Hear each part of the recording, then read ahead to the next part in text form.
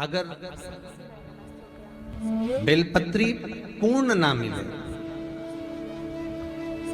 एक समय ऐसा आता है कि बेलपत्रियों को कीड़े खा जाते हैं, खंडित हो जाती है, सूख जाती है।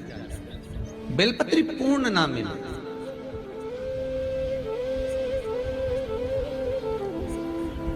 तो क्या हम खंडित बेलपत्री भी शंकर को समर्पित कर सकते हैं? देखिए प्रश्न कितना सुंदर है। उसका प्रश्न केवल एक व्यक्ति के लिए ये प्रश्न नहीं होता, ये प्रश्न जो करे जाते हैं ये जग कल्याण के लिए, सभी के लिए। मान लो अगर बेलपत्री साबुत नहीं है, बेलपत्री कहीं कीड़ा खा गया, कहीं बेलपत्री खंडित हो गई, कहीं बेलपत्री में कुछ तकलीफ है, मान लो कीड़ा हो गया या कुछ हो गया और वो खंडित है, तो क्या हम उसको ना चढ़ाएं कि चढ़ाएं? और बेलपत्री मिल ही नहीं रही और बेलपत्र हमें प्राप्त ही नहीं हो, ऐसी दशा में हम क्या कर सकते हैं? तो शिव महापुराण की कथा कहती है यह भी जरूरी नहीं है कि आप बेलपत्र समर्पित करें।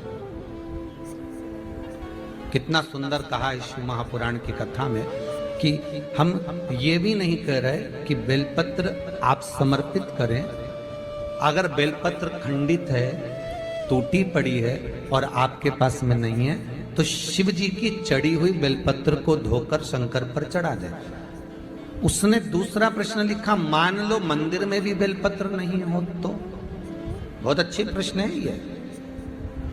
मंदिर में भी बेलपत्र ना हो तो कितना सुंदर कहा। एक भजन आप लोग गाते हो कि मन मेरा मंदिर, आंखें दिया बाती, होठों की है तालियां, रोम फूल बाती।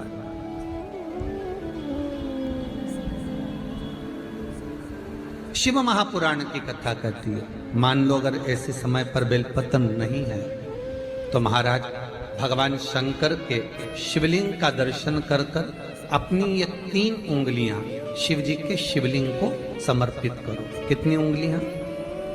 जम के बोलिए। 3 उंगलियां शंकर के शिवलिंग को समर्पित करिए और बाबा से निवेदन करिए, इसको हमारा बेलपत्र का भाव मानकर आप स्वीकार करिए। ओम नमः शिवाय, श्री शिवाय नमस्तुभ्यम या मां मृत्युंजय का जाप करते हुए, गौरी शंकर का स्मरण करते हुए हाथ का स्पर्श कर कर बाबा को नमन करो, प्रणाम करो। बाबा उस बेलपत्र को भी स्वीकार कर लेता है। बाबा उस बेलपत्र, यहाँ तो कितना शिव महापुराण के अंतर्गत एक लिंग पुराण है। लिंग पुराण के अंतर्गत वर्णन आता है कि आप अगर आपके पास में शिवलिंग भी नहीं है, आप किसी नदी में स्नान कर रहे हो तो अपने अंगुष्ठ को आगे कर कर आप उस पर भी जल चढ़ा सकते हो। भगवान शंकर उसको भी स्वीकार कर। आप किसी नदी का कंकर उठाकर अपने हथेली में रखकर उसको भी जल चढ़ा सकते हो, भगवान उसको भी स्वीकार कर। भगवान उसको भी ग्रहण कर ले, भगवान उसको भी स्वीकार कर। सरसों का जो पुष्प होता है, सरसों का जो फूल होता है महाराज, अगर कोई व्यक्ति को किडनी या लीवर से जुड़ी हुई कोई तकलीफ होती है या किसी व्यक्ति का एक्सीडेंट हो गया होता है और उसका कोई अंग रह गया हो, कोई शरीर का कोई भाग रह गया और वो काम नहीं कर रहा हो, जैसे किसी के पांव रह जाते हैं एक्सीडेंट के बाद, किसी का हाथ रह जाता है या कोई अंग काम नहीं कर रहा हो, वहां ब्लड पहुंच नहीं रहा हो, वो जगह एकदम सुन्न हो गई हो, खाली पड़ गई, तो उसके लिए शिव महापुराण की कथा कहती है कि सरसों के पुष्प 11 शंकर जी के राइट भाग में, जहां शिव जी के गण दरवाजे के द्वारपाल मणिभद्र जिस जगह पर निवास करते हैं, कौन निवास करते हैं? मणिभद्र। शंकर जी के दरवाजे के द्वारपाल हैं मणिभद्र जी। तो मणिभद्र दरवाजे के द्वारपाल में राइट भाग में मणिभद्र जी विराजते हैं। मतलब राइट भाग कौन सा हुआ? जब आप मंदिर से बाहर निकलेंगे तो राइट भाग, मंदिर में प्रवेश करेंगे जब राइट नहीं होना चाहिए, आप मंदिर से जब जाएं तो राइट भाग। मतलब आप मंदिर से राइट से जाएंगे तो शंकर जी का भी राइट हो जाएगा, क्योंकि शिव जी ऐसे बैठे हैं तो शंकर जी का भी राइट हो गया, देवता उनका भी राइट हो गया, तो राइट भाग सीधा हाथ मणिभद्र जी का स्थान। 11 सरसों के पुष्प मणिभद्र के उस द्वार पर आप रख दीजिए और मणिभद्र के द्वार पर रखकर अंदर जाकर 108 वापिस जब आप बाहर निकल रहे हैं, ये पुष्प आप रखने के बाद एक बार बाहर जाएंगे, फिर वापिस आएंगे मणिभद्र रखने के बाद, और अंदर जाकर 108 सरसों के पुष्प शंकर को समर्पित करेंगे महाराज। उस सरसों के पुष्प जो शिव जी को आप समर्पित कर रहे हैं उसको वापिस लेकर आएंगे, श्री शिवाय नमस्तुभ्यम बोलकर उस सरसों के पुष्प को महाराज सरसों के तेल की बोतल में उसको डाल लीजिए। शंकर भगवान को किसी भी प्रदोष में शाम के समय प्रदोष काल में उस तेल को वापस ले जाकर चढ़ा दीजिए शिव जी को, उसको वापस लेकर आ जाइए। उस तेल का प्रयोग आप नाभि में डालिए और जो शरीर काम नहीं कर रहा उस स्थान पर कम से कम 15 दिन 20 दिन तक उसकी मालिश करना प्रारंभ करिए। बाबा चाहेगा तो चलाने का प्रयास कर देगा और वो अंग वो शरीर काम करने लगेगा। मणिभद्र का शिवाय नमस्तुभ्यम 3 नियम अपनी जिंदगी में धारण कर लें। अगर ठेला लगा रहे हैं रोड पर, अगर आपके पास में कोई व्यापार नहीं, कोई दुकान नहीं, कोई सर्विस नहीं, कोई नौकरी नहीं, 3 नियम जिंदगी में। पहला, एक बार जिंदगी में पशुपति व्रत अवश्य करो। दूसरा, प्रत्येक प्रदोष एक शंकर जी के मंदिर में दिया और एक अपने घर के दरवाजे पर दिया अवश्य लगाओ प्रत्येक प्रदोष। और तीसरा नियम बना लो, शिवरात्रि महीने की आती है, हर महीने की शिवरात्रि में शंकर जी के मंदिर पर दिया, बेलपत्री के वृक्ष के नीचे दिया, आंवले के वृक्ष के नीचे दिया और अपने घर के दरवाजे पर दिया। ये 4 स्थान पर दिया। प्रत्येक महीने की शिवरात्रि पर लगाना प्रारंभ करो। 4-5 शिवरात्रि निकलेगी, बाबा इशारा कर देगा। शिव की कथा कह रही है, गणों ने देख लिया भगवान शिव को, लगता है ये अपने हैं, ऐसा लग रहा है ये अपने हैं। गणों ने शिव जी को देखा और देखकर बड़े प्रसन्न हो गए।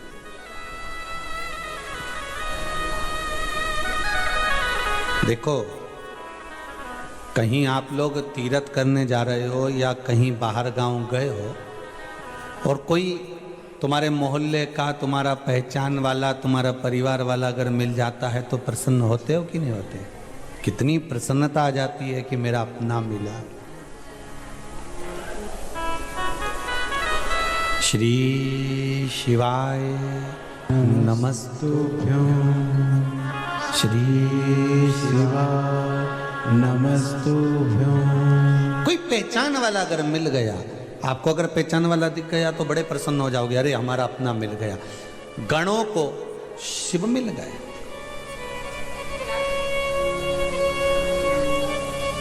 भगवान विष्णु ने कहा भगवान भोलेनाथ जी से, इनको हम पहचानते नहीं, जानते नहीं, कौन है ये, कहां से आए हैं ये मालूम नहीं, बस चिल्ला रहे हैं। शंकर भगवान बोले चिल्ला नहीं रहे, पुकार रहे हैं। चिल्लाने में और पुकारने में अंतर होता है।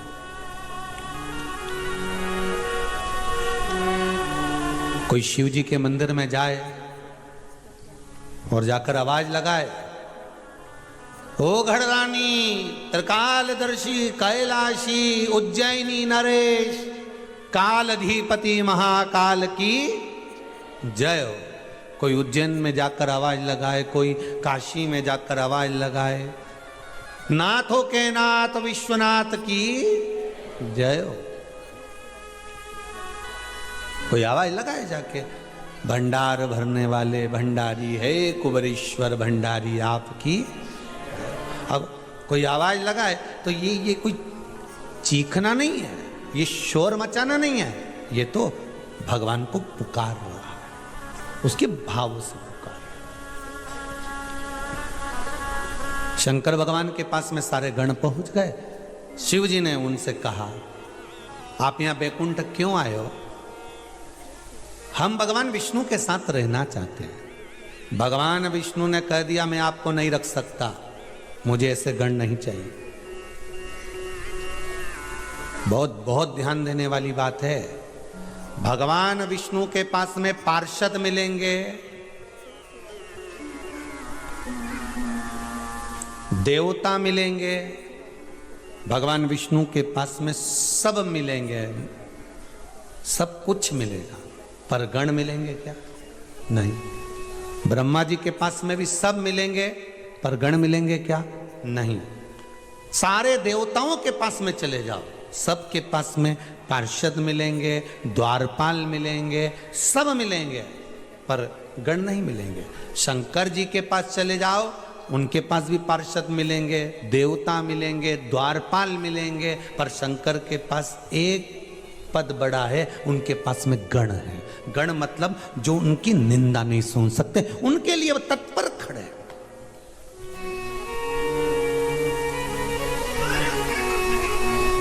और अगर शिव जी के लिए ये तत्पर खड़े हैं तो शंकर भी तो आपके लिए तत्पर खड़ा है। फिर किसी गण पर अगर जरा सा कुछ आ जाए, दक्ष प्रजापति को नंदी ने श्राप दे दिया, शिवगण ने, मैं तुम्हें श्राप देता हूं दक्ष प्रजापति, तुम्हारा मुख कटेगा और बकरे का मुख लगेगा, क्योंकि तुमने मेरे स्वामी की निंदा करी, और वो भी मेरे सामने। शंकर की निंदा अगर कोई करता मिल जाए तो आप बिल्कुल वहां से दूर हट जाइए, या तो जवाब दे दो, एक बार बोल लिया, लिख दिया, पढ़ लिया ना हमने, आप चुप हो जाओ। नहीं जवाब दो तो वहां से चल दो। पर शिव का भक्त, शंकर का अपना भक्त, शिव का गण कभी शिव की निंदा नहीं सुन सकता। मैं नहीं सुनूंगा।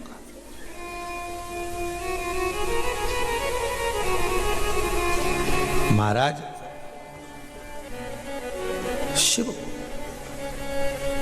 नंदी तूने मेरे ससुर को श्राप दे दिया है। एक गण है नंदी, एक गण है श्रृंगी, वो भृंगी। पार्वती जी और शंकर जी दोनों पास में बैठे थे, और वो भृंगी श्रृंगी शिव जी की परिक्रमा कर रहा था, तो पार्वती जी बीच में अड़ रही थी। तो पार्वती जी से हाथ जोड़ के बोले कि थोड़ा खसक जाओ। पार्वती जी ने पूछा क्यों? तो भृंगी श्रृंगी बोले हमें शिव जी की परिक्रमा करना है, हम केवल शंकर की करेंगे। तो इतने में तो पार्वती जी को गुस्सा आ गया। पार्वती जी और पास में चिपक के बैठ गई, ले अब जा। अब गण देखिए, गण शिव के गण, पार्वती जी और पास में बैठ गई। इतने में भृंगी श्रृंगी ने देखा ये तो और खसक गई हैं, तो वो ऊपर चढ़ गया, और ऊपर चढ़ के इधर से निकल के शंकर जी के बीच में से इधर कूद गया, पर इधर नहीं गया।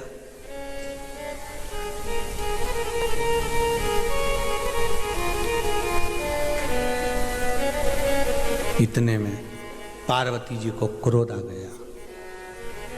मैं तुझे श्राप देती हूं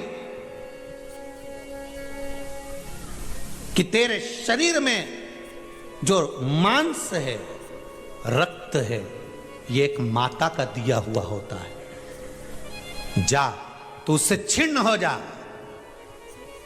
उसका शरीर हड्डी का ढांचा बन गया, हड्डी का ढांचा। केवल मुख था, बाकी का पूरा शरीर में हड्डी हड्डी दिख रही थी, केवल कंकाल। शंकर भगवान को क्रोध आया, शिव बाबा उठकर खड़े हो गए। पार्वती तुमने क्या कर दिया? मेरे गण को तुमने श्राप दे दिया। पार्वती जी कहती हैं इसने मेरा अपमान करा है। शंकर भगवान कहते हैं गण का मतलब जानती हो पार्वती तुम?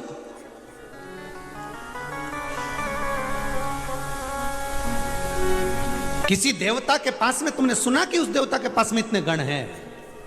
ब्रह्मा जी के पास इतने गण हैं, भगवान विष्णु के पास इतने गण हैं, किसी के मुख से सुना? अगर तुमने सुना होगा पार्वती, तो एक बात सुनी होगी कि शंकर के पास में इतने गण हैं। उस गण का मतलब तुम जानती हो? शंकर खुद अपने संवाद में, शिव अपने संवाद में स्वयं कह रहा है, तुम गण का मतलब जानती हो पार्वती? पार्वती जी की आंख में जल बह रहा है, नैनों से नीर बह रहा है माता पार्वती के।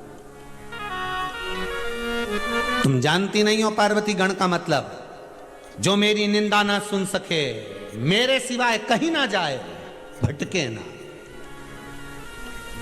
और तुमने उसको श्राप दे दिया पार्वती। आंखों में जल था मां के। शिव ने जैसे ही माता पार्वती को शब्द कहना प्रारंभ करे, शंकर भगवान के गण वही भृंगी श्रृंगी सामने हाथ जोड़कर खड़े हो गए। प्रभु माता से कुछ नहीं कहोगे? दे दिया ना मां ने श्राप, आप उनसे कुछ नहीं कहोगे? मां मां होती है, कह दिया ना उन्होंने, बहुत है ना, आप उनको कुछ नहीं कहोगे?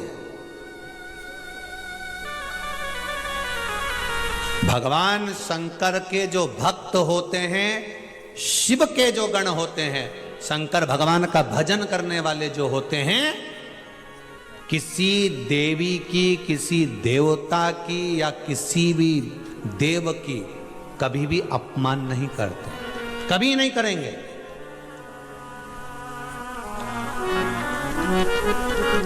दूसरे अनुयायी वो कह देंगे कि हम शंकर को नहीं मानते, वो कह देंगे हम शंकर का प्रसाद नहीं लेते, हम शिव का प्रसाद नहीं लेते, हम शंकर को नहीं मानते।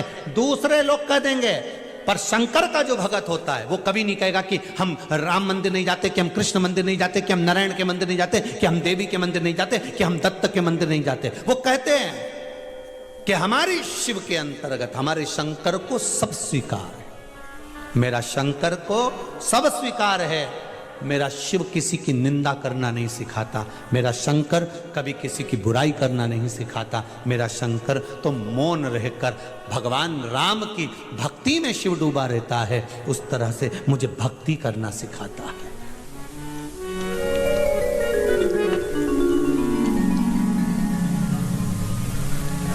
मेरा शिव कभी निंदा करना नहीं सिखाएगा।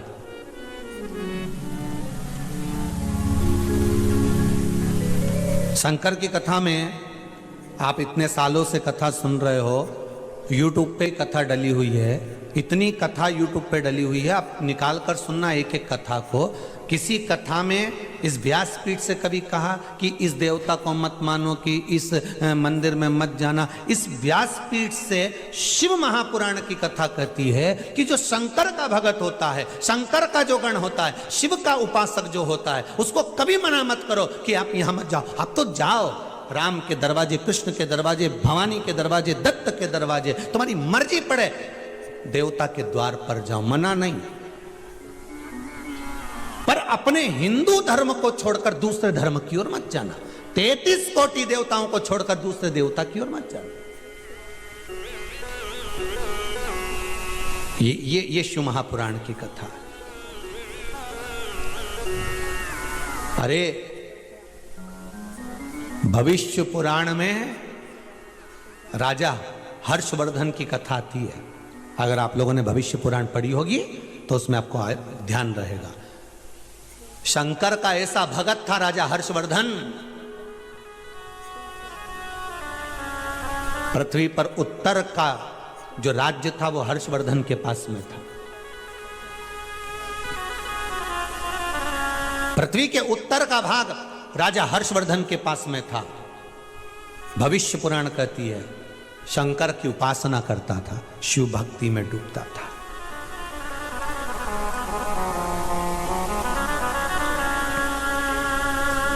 एक बार राजा हर्षवर्धन के पास में कोई आया और राजा हर्षवर्धन के पास में आकर उसने कहा, सुनो राजन, मैंने सुना है कि आप शंकर के उपासक हो, तो जैसे शंकर रहते हैं आप वैसे क्यों नहीं रहते? राजा हर्षवर्धन ने हाथ जोड़कर कहा, मैं शिव का रूप कैसे ले सकता हूं? मैं शिव का रूप कैसे ले सकता हूं?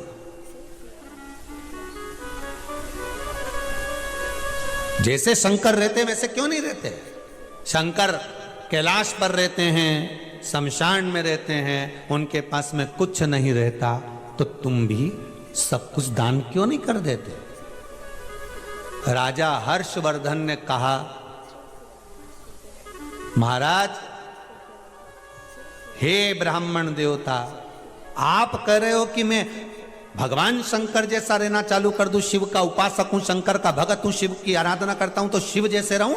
मैं शिव जैसे नहीं रह सकता, मैं शंकर नहीं बन सकता। हाँ, तुम कह रहे हो कि शंकर ओघड़ी है, उसके पास में कुछ नहीं रखता, सब दे देता है, तो ये जरूर कर सकता हूं कि मैं भी सब दे सकता हूं। परीक्षा ली।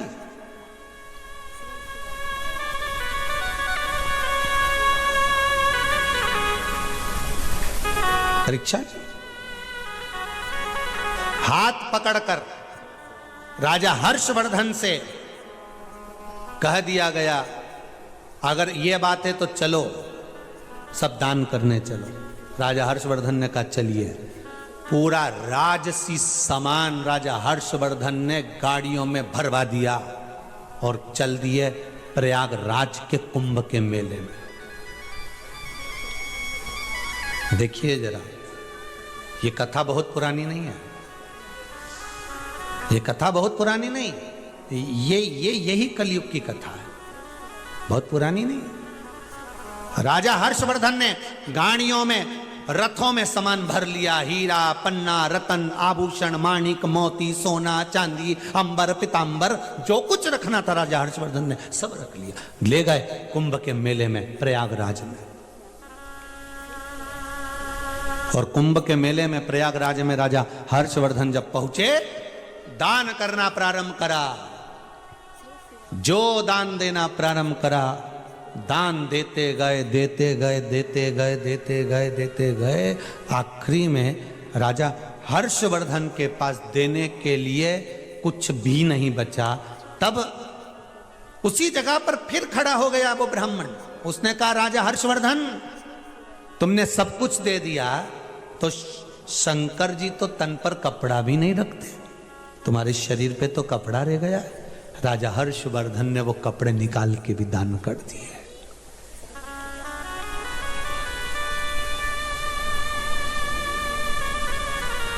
नग्न अवस्था में राजा हर्षवर्धन बैठे हुए थे। प्रयागराज त्रिवेणी संगम पर राजा हर्षवर्धन के मुख से निकल गया, शिव,